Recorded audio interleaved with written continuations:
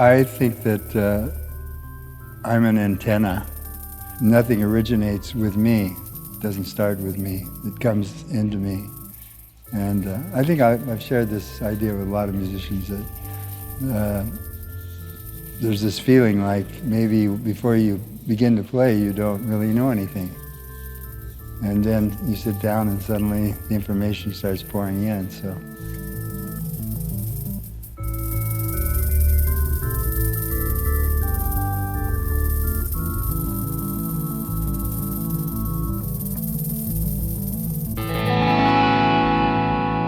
It's difficult to isolate different elements that came together in the 60s and 70s. The young people were starting to not care about security and a home and a family, and they started kind of seeing themselves as relating to each other more like the Native Americans did, sharing things, living together in community. And at the same time, LSD was discovered, which also makes people feel like they're not separated from other people, feel like we're all the same person, essentially. The drugs were a very important part of the culture. Unfortunately, drugs have to be managed. But if used intelligently, obviously many people got great insights that were very similar to people who in India, for instance, who did meditation. So for me, it was a new way of hearing music. It opened up the time perspective of music so that I didn't hear it as being little events that had to end very quickly.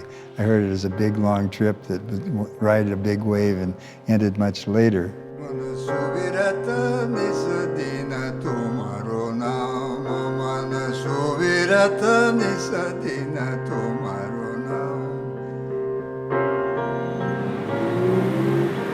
In a sense, the roots of NC started here in Paris.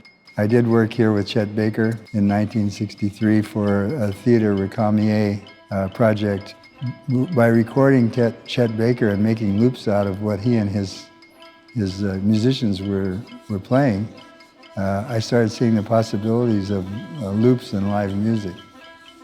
So it was a prelude to writing NC, so to speak. Tape loops are cyclic. You know, it's a cycle, essentially, is what you're doing, so that you have a landscape that keeps repeating. And by that repetition, you start noticing details in the landscape that you wouldn't notice if it just went by once. I did it through technology first, but then I saw that it, especially after working with Chet Baker, that it was the kind of music I wanted to do was basically cyclic. When I wrote NC, I realized it was something very important. I had no idea it was going to become such a famous piece, you know, that have a life of its own, that now, you know, performed all over the world. Almost every day there's a performance somewhere. I don't think there was a piece ever written before that gave musicians the same freedom to come together as a community and perform a piece of music that each time resulted in a different kind of effect.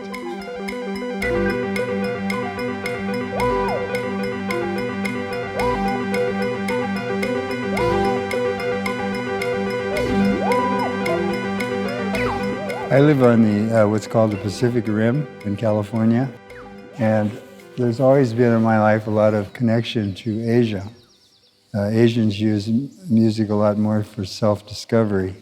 Pandit Pranath and Lamont Young have been the two most important musical people, but Pandit Pranath is by far the most important. He was more connected to the past of Indian classical music, which was related to the more spiritual side of it, rather than the entertainment side of music. I was with him 26 years and spent a lot of that time with him, both in India and in the United States. And I sort of adapted his way of living, getting up early in the morning, first thing practicing ragas, and trying to keep most of my life free to do music, because that's what he always did.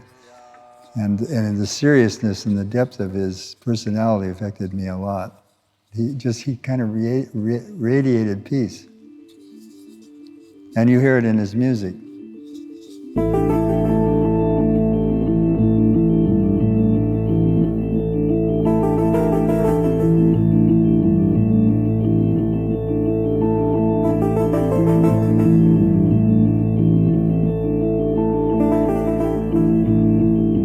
what's important today is make a lot of money, own a lot of objects. I saw this happening around the 1980s. I was teaching at Mills College in California, teaching music classes. And students who were dropping out of school and, just experimenting with drugs, experimenting with music, with different lifestyles, started coming back to college and taking business classes. So it was an interesting time to go from this thing of wearing suits, then going into long hair, wearing relaxed clothing, living together in communities, to going back to college to get a business degree, to make more money, to get more things. And we haven't actually been able to leave that. I think there are other influences that happen in this great universe that make these cycles go, from like the kind of world we had in the 60s to the kind of world we have today. So I'm sure that we'll come out of this, and I'm hoping that there'll be an age of enlightenment that will come, because we have the possibilities with technology to even improve our knowledge, but we always have to keep this part together.